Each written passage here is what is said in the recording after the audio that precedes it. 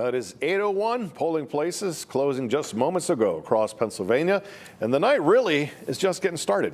Thanks for joining us for this special edition of Fox 43 News. I'm Evan Forrester. And I'm Amy Lutz. Over the next hour, we're going to be taking you through all of the big races from right here in Pennsylvania and across the country.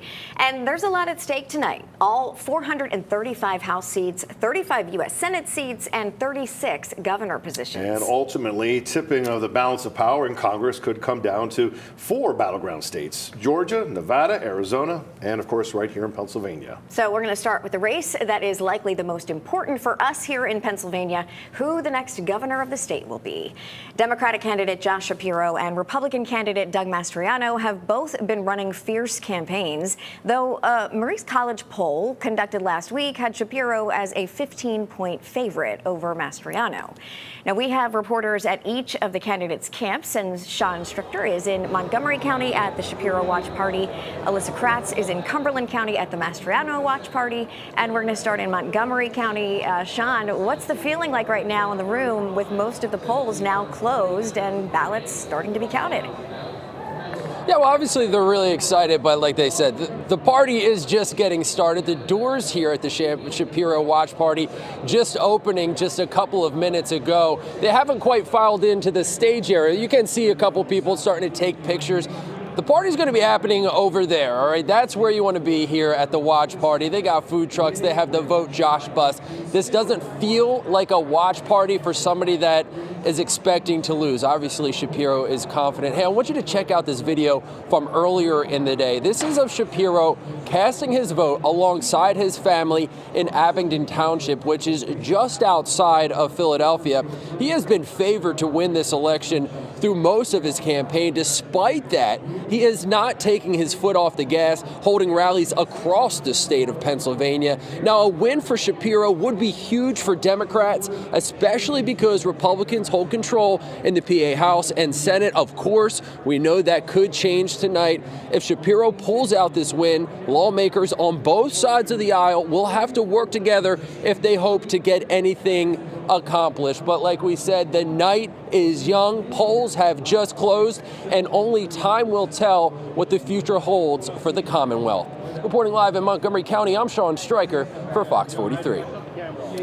Meanwhile, Republican gubernatorial candidate Doug Mastriano gathering with his campaign team and supporters tonight at the Penn Harris Hotel in East Pennsboro Township, Cumberland County. That is where our Alyssa Kratz is joining us live. She's got the latest from Mastriano headquarters. Alyssa. Good evening, Evan and Amy. Festivities here at the Penn Harris Hotel are in full swing as we await those results. Of course, many supporters, campaign staff still flowing in here to the room tonight. Music is going, lights are on. There is definitely a very optimistic, happy feel here at Mastriano headquarters. Now, Mastriano has run what many would say is an unorthodox campaign, choosing not to run many television ads and not speaking to traditional media. And even with the endorsement of former President Donald Trump, he's been polling behind his Democratic opponent, Josh Shapiro, for much of this general election campaign. And over these last few weeks, that margin between the two has only widened. But still, there is a sense of confidence here. Some supporters who were rolling in to Mastriano's party earlier tonight told us that they are certainly hoping for a victory. Of course, we'll see what happens as those results start to come in later tonight. For now, reporting live in Cumberland County, Alyssa Kratz, Fox 43 News. All right, Alyssa, thank you. And as we're seeing right now, actually, some of these results are already coming in. The early report right now is coming from the Pittsburgh area in this race between Mastriano and Shapiro. If we zoom in right now, the tally at the moment, the difference at the moment, 120,000 votes at the moment. And in this race, the real big things to look out for are going to be these metropolitan areas. The Philadelphia area is poised to be very Democratic. The Pittsburgh area, very Democratic as well. So let's take a look at what happened in 2020 in this race. We'll go back to the full state here. And if you look at the tallies from the presidential election, which is really what we look back to as the last statewide race here, President Biden did win this state with just over 70,000 difference there. But let's take a look at the 20 18 gubernatorial race. This was Governor Wolf against Scott Wagner back then. If you look at these big metropolitan areas, as I talked about, Philadelphia, the total in this race, 855,000 was the difference that Wolf won by. But if you look at just, let's single out Philadelphia County, 419,000 of those votes, that difference in the race came from Philadelphia County. Let's fly over here now to the Pittsburgh area. Again, we're getting some results in early on from the Mastriano and Shapiro race, but in Pittsburgh, 195,000, that's Allegheny County, 195,000 of that difference happened in Pittsburgh. So it's these big metropolitan areas that really will dictate the race here. Overall, if you look at the map, this was the 2018 race, a lot of red, you see a lot of red, but these heavily populated areas are really going to determine this race. Again, right now we'll go back to the early results that we're getting in, just a little bit in Pittsburgh, and let's check Philadelphia for a second. 58,000 at the moment. Shapiro is leading, and he's expected to really lead in each of these areas, Philadelphia County, Allegheny County, but we'll continue to bring you these updated results throughout the evening. It's going to be a good race. Shapiro is expected to take this because he's been polling real high, but you never know what can happen, and we'll keep checking throughout the evening. All right. Thank you, Marshall. Now, the other big race in Pennsylvania is for the U.S. Senate seat left open by retiring Senator Pat Toomey. Democratic candidate for Senate John Fetterman and Republican candidate Dr. Mehmet Oz are vying for that seat, and it has been a tight race. Over the summer, Fetterman held an 11-point lead over Oz, according to Fox News polling. That lead, though, has shrunk significantly to only 3 points at the end of October. Fox 43's Harry Lee and Chelsea Straub are at the candidates' camps this evening, and we're going to be hearing from them coming up a little later in the hour. And it may end up taking a few days to really find out which party will control Congress, similar to what we witnessed during the presidential race back in 2020. Yeah, with many of the races expected to be close, states, including here in Pennsylvania, have already warned counting could take days to complete. So this is a look inside the Philadelphia Vote Processing Center. City officials held an emergency meeting there today to reinstate a security measure meant to keep double votes from being counted. The procedure is known as poll book reconciliation, and it requires officials to temporarily stop the vote counting so that poll books can be scanned into the system, ensuring people who voted in person did not also vote by mail. And in northeastern Pennsylvania, polls in Luzerne County will remain open until 10 p.m. following reports of voting machines running out of paper earlier in the day. The problem has now been solved. However, voters temporarily had to fill out provisional ballots as more paper was delivered. Officials are working, though, to reassure voters there that every provisional ballot will, in fact, be counted. And each county in the Commonwealth does follow its own plan for handling its mail-in and absentee ballots. Now, some places started counting as soon as the polls opened at 7 this morning. All ballots received by mail were brought into the counting room from a secure location. They were reviewed to make sure that each voter had dated and correctly signed the outer mailing envelope. And now that polls are closed, the results from the mail-in ballots that are being counted will be reported alongside in-person votes when possible. Well, election officials throughout the Commonwealth are working to count thousands of mail-in ballots. Lancaster County is being closely watched after a printing error caused delays in election results back in the spring. Fox 43's Matt Kleindienst shows us how the process is unfolding in Lancaster County this evening.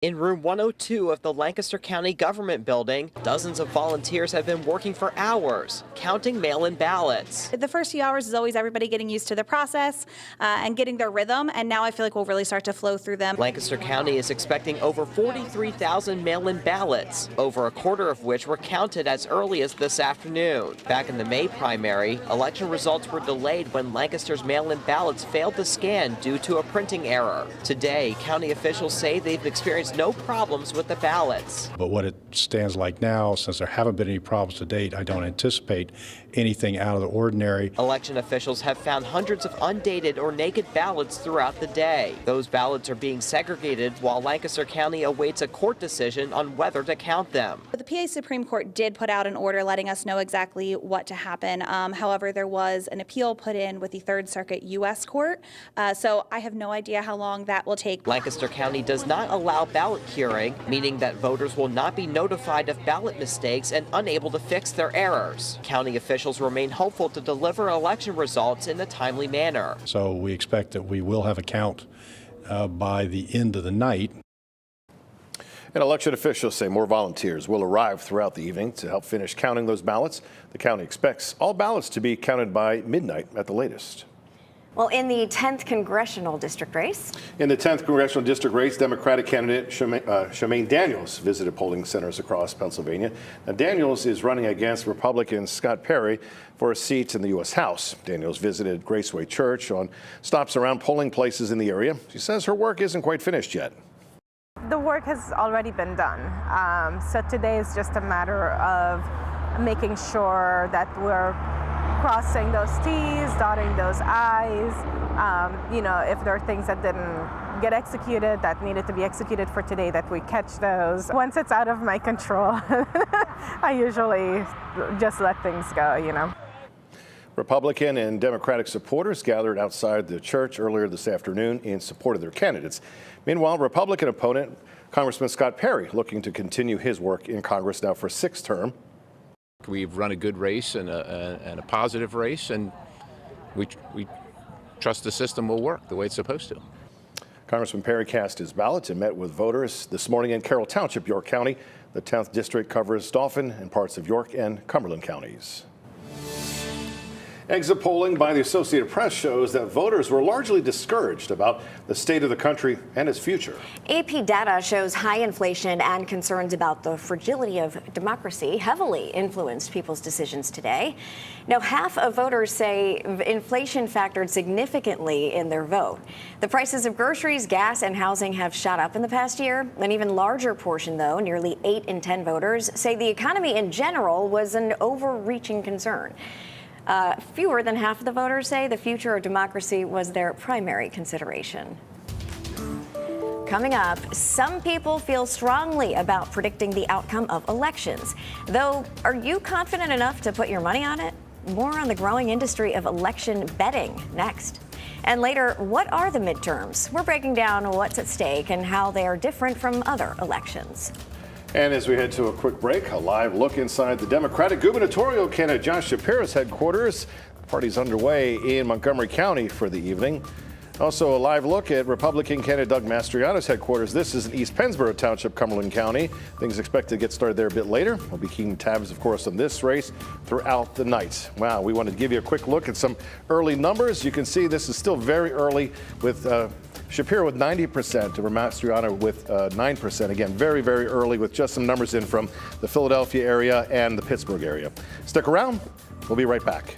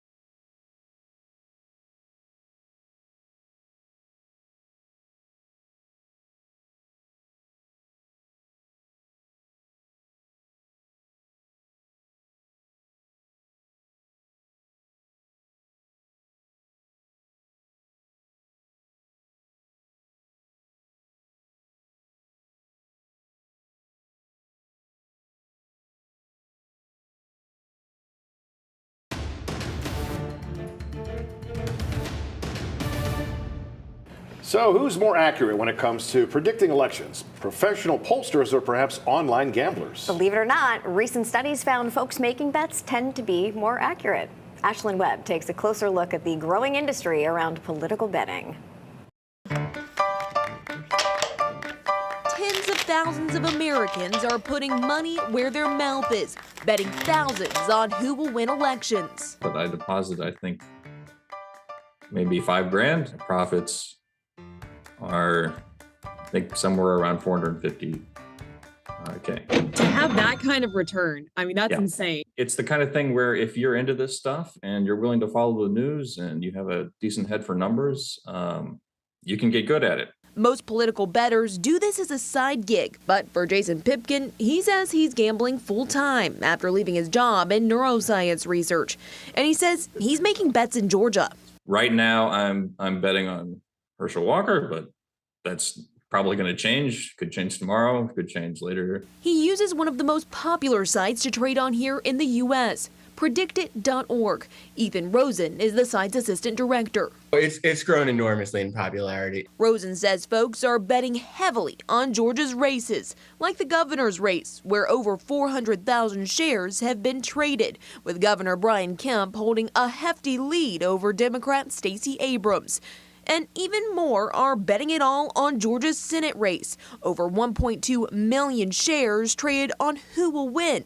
Democrat incumbent Senator Raphael Warnock or Republican Herschel Walker. These are two of the more interesting races I've seen, in part because predicted traders think that there's going to be a high amount of ticket splitting, meaning people who vote for both Kemp and Warnock. But how does it work? Well, here's the deal. Political betting runs on a prediction market. Cost of a single share changes constantly with the market by how folks are betting. It's a market that takes in people's perceptions of the races and comes out with a price that corresponds to probability. For example, when Pipkin and I talked, more were betting on Senator Warnock winning, with a single share in his favor costing 64 cents. That means if you want to bet on him to win, you would pay 64 cents per share. So if you come in with 64 cents, you get one share. If he wins, that share is worth $1. If he loses, it's worth nothing. And in between now and that happening, winning or losing, you can sell that trade for a small profit or a small loss. But especially in races like this, Pipkin and Rosen say bettors have to play their cards right by doing the research and reacting quickly to headlines. For instance, the market for Georgia's Senate race changed within hours after the report that Herschel Walker allegedly paid for his then-girlfriend's abortion. Predicted moved 10 cents that night. And then when his son Christian started tweeting about it, it really moved. So it went all the way to 65-35. Because as the information was coming in, people were making predictions on how it would impact the race in the future. That's in part why several studies, including from the University of Iowa and University of North Carolina, have concluded that prediction markets for elections are often more accurate than polling. So when people have skin in the game, they tend to do more research and to make more reasoned opinions. When you have money on the line, it really sobers you up and forces you to assess the situation as rationally and as clearly as you can. So what do you think now? Will you bet on the ballot this November? I'm Ashlyn Webb. And coming up, what exactly are the midterms and how are they different from other elections and how the balance of power could be impacted? And a bit later, we're covering the Pennsylvania U.S. Senate race. Live updates from both the Fetterman camp in Pittsburgh and the Mehmet Oz camp in Bucks County. And as we head to a break, here are some early numbers on races we're following tonight. We begin with the governor's race, and this is with just 1% of precincts reporting. Josh Shapiro with 88% of the votes to Doug Mastriano with 11%. Moving on to the U.S. Senate race between Fetterman and Oz. And again, this is with only 1% of precincts reporting across the Commonwealth. Fetterman with an 84 to 15% lead. Again, early numbers coming in this. And we also want to show you the Pennsylvania 10th Congressional District race between incumbent Scott Perry and Democrat Shameen Daniels. Again, less than 1% reporting at this point. Perry trailing 26% to Daniels 74%. Special edition of Fox 43 News. We'll be right back. Stay with us.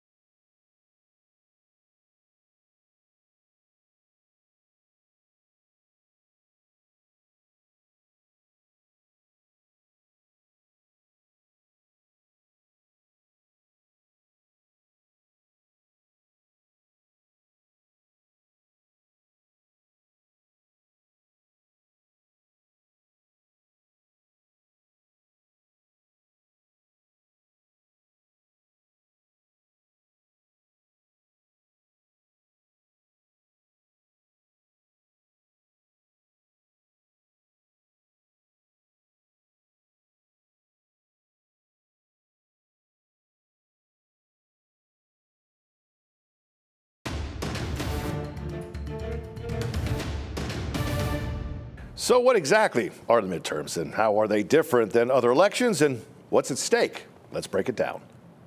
Midterm elections take place halfway through a sitting president's four-year term.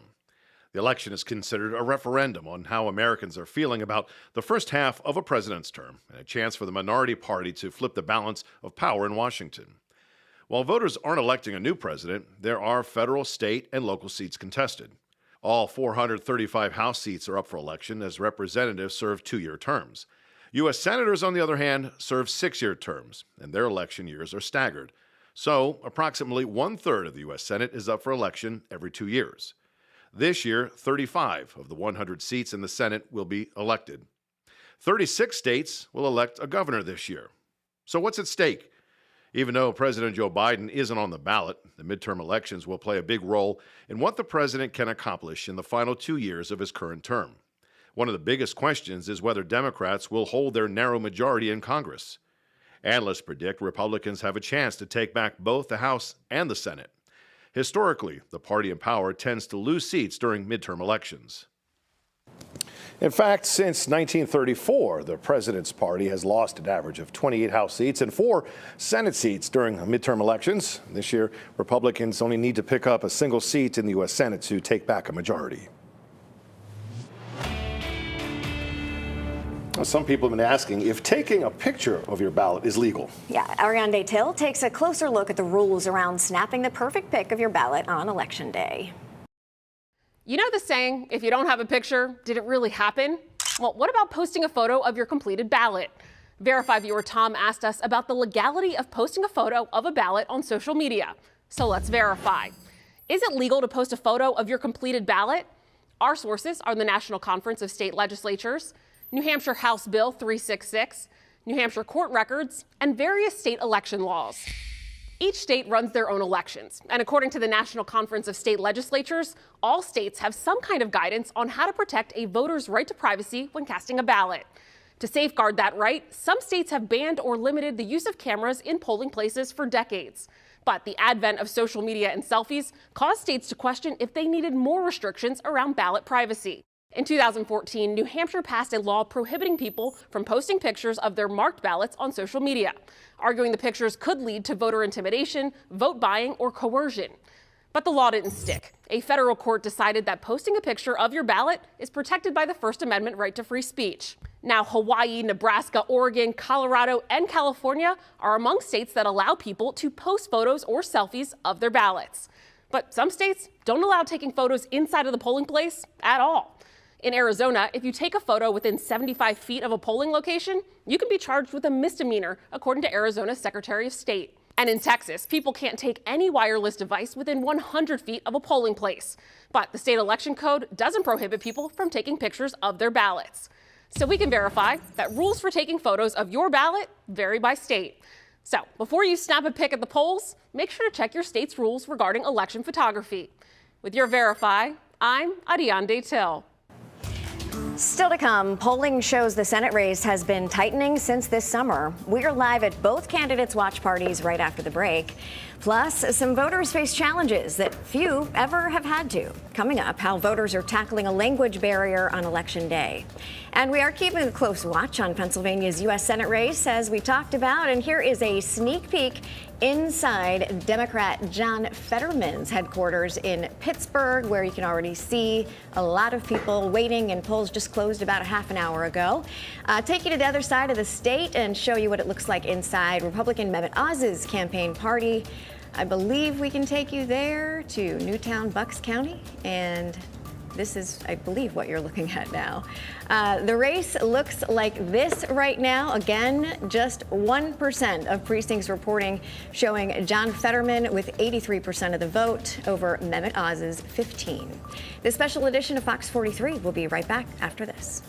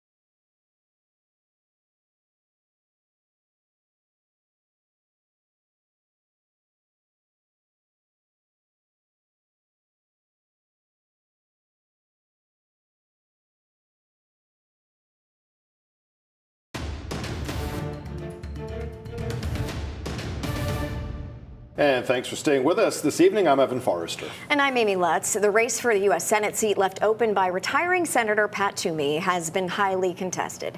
Democratic candidate John Fetterman and Republican candidate Mehmet Oz have been dueling back and forth now for months. Tight race, and the results could have a national impact affecting the balance of power in Washington.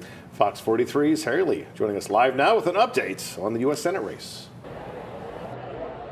Well, just as the polls close, the doors open to this Pittsburgh music venue, and Fetterman supporters are streaming in. They will completely fill this venue by the end of the night. Now, right now, the mood is high, and the crowd cheered when they saw that so far Fetterman has 83% of the vote. But of course, it is very early. That's only with 1% of polling places reporting, and so it may change by the end of the night. In fact, this could be a very long night for Democrats, with polling showing that Fetterman is actually behind Oz about 0.5%, so that is a statistical tie. Now, as for when we're going to find out the results, we know it's going to take at least a few days because Pennsylvania doesn't allow poll workers to start opening and counting mail-in ballots until Election Day. It could take until the end of the week to get this counted, so we might not know what's happening today. That means that Fetterman might not be making a victory or concession speech tonight. And in fact, we don't know when he's coming out. We know he will be speaking at some point. However, that's probably going to be related to how it goes tonight when the results start coming in. And hopefully we will be hearing from him later. We'll have more details when that happens. Live in Pittsburgh, Harry Lee, Fox 43 News. And Republican candidate Mehmet Oz is in the Philadelphia area this evening to watch his race for U.S. Senate unfold. Reporter Chelsea Stroop live in Bucks County as Mehmet Oz's campaign headquarters is getting underway this evening. That's right. Good evening, Evan and Amy. I'm inside the Newtown Athletic Club, as you said, in Bucks County, just outside of Philadelphia. And until about 20 minutes ago, members of the media outnumbered the supporters here. Supporters are just starting to trickle in.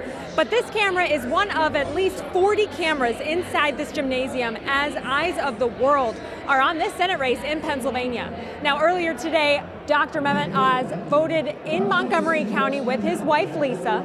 And even though Democrat candidate John Fetterman has criticized Dr. Oz on his recent relocation to Pennsylvania from New Jersey, Dr. Oz has argued that despite that relocation, his wife is from Montgomery County, his children and his grandchildren live in the Commonwealth, so he feels grounded and connected to the issues that Pennsylvanians are facing. Now, yesterday, Dr. Oz, one of his last campaign stops was in Luzerne County, Pennsylvania, in Hazleton, and he urged people to come out to vote. He made a big appeal to moderate and independent voters, talking about the economy, inflation, and crime, and how he wants to change those things and bring balance to the Senate in Washington. Now, as I said, we are one of about 40 news crews here as the eyes of the world are on this Senate race here in Pennsylvania. We're not sure when Dr. Oz is expected to address supporters here, but we will be here for you guys when that happens. Chelsea Stroop reporting live for Fox 43 in Bucks County tonight. All right, Chelsea, thank you. We want to head now back over to Fox 43's Marshall Keeley. He's at the maps with the latest numbers that are coming in. Marshall. Yeah, Amy, we're watching, and we have about 1% of the vote coming in at the moment. 234,000 is the difference. That's going to John Fetterman right now. But as we talked about with the previous race, the gubernatorial race, this is really about these large metropolitan areas, and that's where we're getting most of these votes coming in. If you look at the map, you look at the state, you've got a lot of red, you've got a lot of blue. It seems like it would be more even, but again, 234,000. So where are those votes coming from? Let's zoom into the Philadelphia area right here. 54,000 of those votes, that difference right now, 58,657 to 3,847. This is going heavy on the Fetterman side. As expected, Philadelphia is generally a Democratic stronghold. Let's fly over then to the opposite side of the state. Let's go to Allegheny County, Pittsburgh area. We press here and we see 100,000. That's where a bulk of these votes are coming from, 130 to 22,000. But again, we're super early in this race. Still 0%, according to the board here, 0% of the total tally has come in at this point. If we want to look back at the previous election cycles here, let's go back to the full view of the state. If we see, again, President Biden won this state in 2020, but let's head then back to Pat Toomey and his victory in the 2016 U.S. Senate elections. Obviously, things have changed. We had the pandemic, we have inflation, there's a lot of other factors at play here. But if you look at the state, Toomey won the majority of the counties. But the difference really was not that significant. 86,000, that's because, again, if we zoom in, Pittsburgh, McGuinty won with 96,000 ahead. Then we go over to Philadelphia. Again, McGuinty, 443,000. That's really how she stayed in the race. So even if you win, a lot of these central counties here, you know, the northeastern central Pennsylvania region, the central Pennsylvania region, and even our area here in York and Harrisburg, you really have to focus on getting Pittsburgh and Philadelphia. What are they going to do? That's going to determine the race here. Now let's check in on the balance of power. Why does this race matter so much when it comes to the country as a whole? If we look at the U.S. Senate right now, it's a balanced 50-50. So the Democrat Party right now, the Democratic Party sees this as an opportunity to take back a seat that has been held by a Republican in Pat Toomey. He's now retiring. So if we click here and we move over to the Democratic side of things, if the Democrats are able to take one seat, let's say from the Republican Party, let's say that tonight Fetterman, although the polls are very close, Fetterman takes the win. Now the Democrats have that shift and have the power and that extra vote to be able to make changes. But the Republicans are hoping to retain that seat and then continue to add to it. So again, tonight, this is a big money race. This is one of the highest spending in terms of advertisements. And it's why you saw Chelsea there a moment ago. All those cameras in that room, she's right. All of these, the world really, or all the country at least, is really focusing on this race because it's going to determine in the U.S. Senate a lot of things. So we'll continue to watch as these numbers come in. Again, right now, just 1% reporting. If we go back to the total of the state, 256,000 ahead for Fetterman. But we've got a lot of votes to be counted, so we'll continue to watch this throughout the night. Amy and Evan. All right, Marshall, thank you very much. Well, the Latino advocacy group, CASA, recently won a federal lawsuit requiring the York County Board of Elections to put extra measures in place to ensure Spanish-speaking voters had the resources they need to cast their votes. Is it working, though? Today, Fox 43's Paula Belloso followed along as a York County woman cast her ballot for the very first time. Mi primera vez. Me siento bien emocionada. Yesenia Resena became a U.S. citizen last year, and one of the things she was looking forward to the most was voting. That's going to be the first stop. Yep. It was very exciting. I also feel like, oh my God, I'm doing the right thing. She says she was nervous to vote because she didn't know what to expect. I didn't know what will be or how will be the process. Yesenia says the process went smoothly. Gracias. I did get the Spanish language ballot. I did ask for it, and the woman gave it to me. She understood what I was asking for, and she gave it to me. They also explained to me that there had someone, a translator, to help people to understand the ballot. Just last month, CASA filed a lawsuit against York County for failing to provide Spanish language resources to voters. Last week, advocates say the York County Board of Elections committed to providing a number of Spanish language services to voters to ensure that Spanish-speaking voters can exercise their right to vote. Well, now with this access to language resources is even better for them to understand, so it will be an easy process, and then they can do it and make their voice to be heard.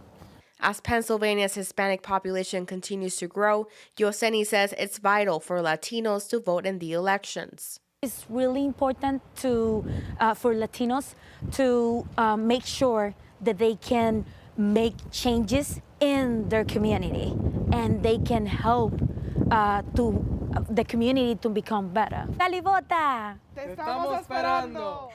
Paula Belloso, Fox 43 News. Well, here in South Central PA, Pennsylvania's 103rd State House District seat is on the ballot this midterm elections with two challengers in the race. Both Democratic candidate Chris Rodkey and Keystone Party candidate Christine Kelsler-Womack are up against Republican incumbent Mike Jones. State Representative Mike Jones has been serving the 93rd District since 2019. And despite taking on two challengers this election season, Jones is still optimistic about the support he's seen on Election Day. You know, all indications we've gotten at the doors is that we're enjoying very strong support. Obviously, there's many that won't vote for me, but hopefully they at least respect the fact that I'm accessible and I'm out there and I listen and I hear people out.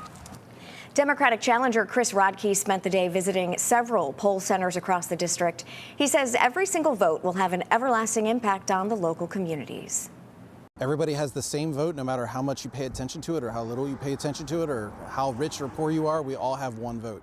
So everybody's vote counts exactly the same. We often get caught up in what's going on in Washington, but not what's going on Main Street in our own communities. Whatever your party is, whatever your affiliation is, everybody should vote. Christine Kelsler-Womack, the Keystone Party candidate, cast her vote early this morning at the Dallastown Municipal Building before continuing her final hours of campaigning. She believes a shift in voter numbers could play in her favor. It's going to be a shift in the numbers this time because of the support that I've been getting from all around. And I'm interested to see how that happens. And whatever the outcome is, I will accept the results and I will wish congratulations to the winner and condolences to the other person who did win. PA's 93rd State House District has been under Republican control since 1973. Representative Lloyd Smucker running for re-election to the U.S. House of Representatives for Pennsylvania's 11th congressional district, and we caught up with the congressman today, meeting voters at a polling location in Earl Township, Lancaster County. Congressman Smucker says he felt confident heading into today's election. Feel very good. I mean, obviously both sides have made their cases to the American people, and we've all been watching the polling closely, and the only poll that really matters is out here on Election Day, and we're seeing a pretty strong turnout at the polls here. From what I'm seeing, I've been in a number of polls already this morning, and so I think it's going to be a good day. And if he does win, this would be Lloyd Smucker's second term representing the 11th district.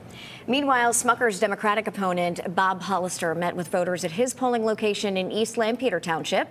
Hollister has no political experience, but he did serve as Eastern Lancaster County's superintendent for the past 13 years.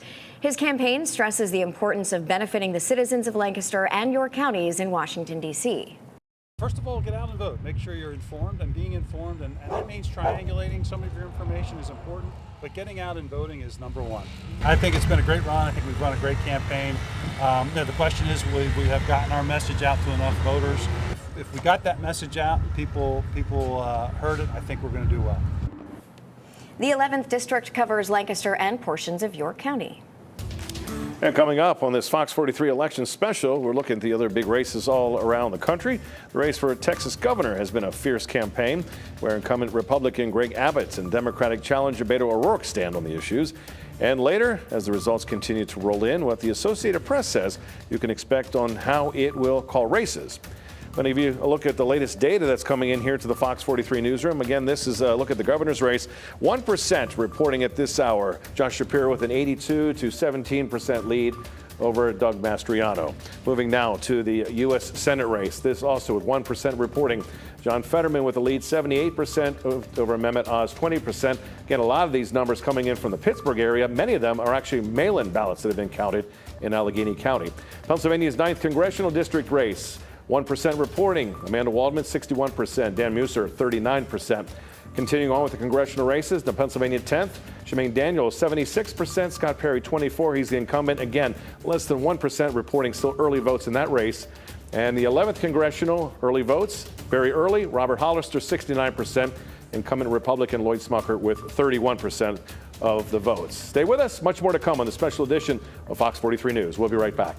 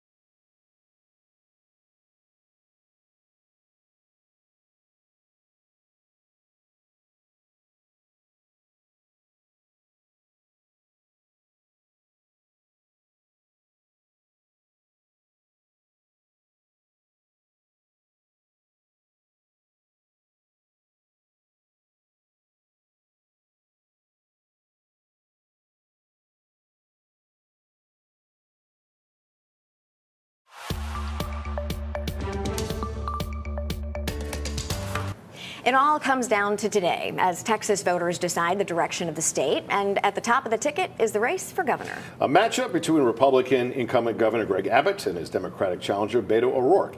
Gerald Harris is in El Paso, and he has more on this race.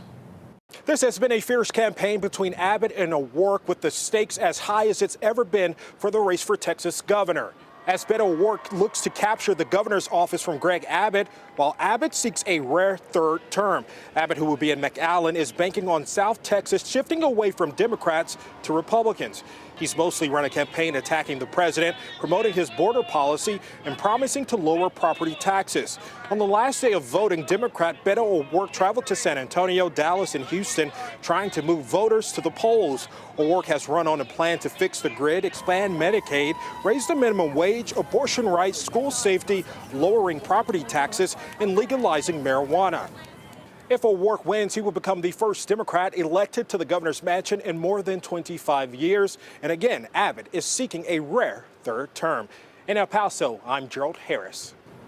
In Arizona, technicians say they've fixed malfunctioning tabulator machines in Maricopa County after around 20% of their polling sites experienced some technical issues. Elections supervisor Bill Gates says the problem involved a printer issue and that despite the hiccups, everyone who did go to cast their ballot had their vote counted. There was no one who came today with a valid ID who was turned away from the polls. Those people were given a ballot. They were given the opportunity to fill out the ballot, and then if the ballot was not going through this tabulator, they then had the option to put it down here. Arizona gubernatorial candidate Kari Lake spoke out after the voting, vowing to reform elections in the Grand Canyon state if she wins. Everyone's waiting on important races to be called tonight, but how does the process actually work? More on how the Associated Press determines election winners coming up right after the break.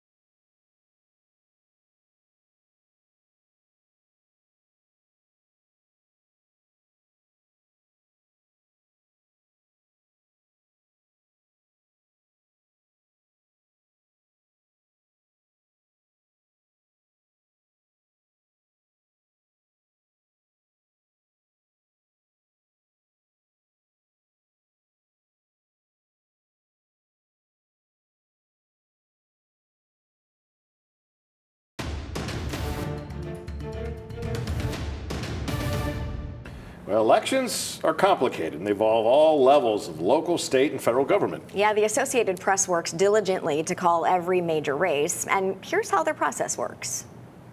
I oversee about 60 analysts on election night, and we declare the winners in about 7,000 races across the U.S. Elections are complex across the United States. While there are federal laws and the Constitution that guide much of them, elections are run by states. And state laws dictate a lot of the processes. So different states have different rules for the hours of voting, for how they're tabulated, how the results are released. It is really a broad mix of different types of elections in different states. We don't know what's going to happen on election night, but we're preparing for the possibility that in many states we might not be able to call all the winners on election night because it's going to take days to count all of the votes. And if you think about it, it's the states where they have competitive races. It's states like Pennsylvania. It's a state like Arizona. It could be a state like Colorado as well. In Pennsylvania, under state law, they cannot open mail ballots until the morning of Election Day. And it takes a long time to process those ballots and count them. So they very well might not be able to count all of their ballots on Election Day. It could take days. And since we do expect there to be close races there for both Senate and governor, it could take a while before we know who wins. Across the country, this is not new. In many years, it takes a long time in various states to find out who won different elections. In the pandemic, it did get more pronounced, and that's because the increase in mail ballots. It also it became more pronounced in more states. At the AP, we follow the numbers. We call races without fear or favor. If the numbers say that a candidate has won, and we can verify that the vote count is accurate, we declare a winner. Candidates concede, candidates declare victory. Information is noteworthy. We report that in our stories on The Wire, but it doesn't really affect our race calls and when we declare a winner. We follow the process.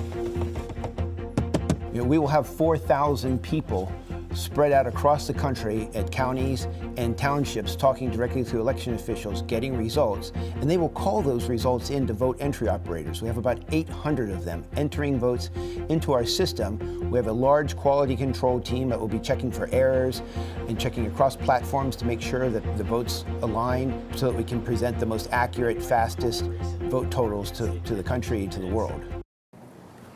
Well, at the very moment, polls closed across the country tonight. They are closed right now. The Associated Press could declare winners in some races, but how is that possible before any results are actually released? Well, some are uncontested races with only one candidate on the ballot. Obviously, they will be the winners then.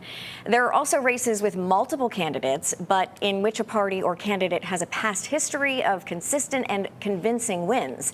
The AP conducts surveys to determine American sentiment and confirm the likelihood of victory for those. All right, do we want to give you one more look at some numbers we have before we say goodbye? We want to take a quick look at the governor's race, if we have that. Do we have that?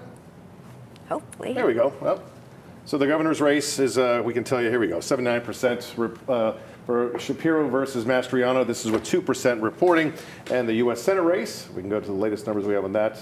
There you go, 2% reporting as well. John Fetterman, 75% lead at this point. So we're expecting also a news conference coming up here on Fox 43 from the State Department. We're going to bring that to you live here online as well. And we'll be back a bit later for Fox 43 News at 10. Yeah, for now, though, I'm Amy Lutz. I'm Evan Forrester. We'll see you tonight at 10. Have a good night.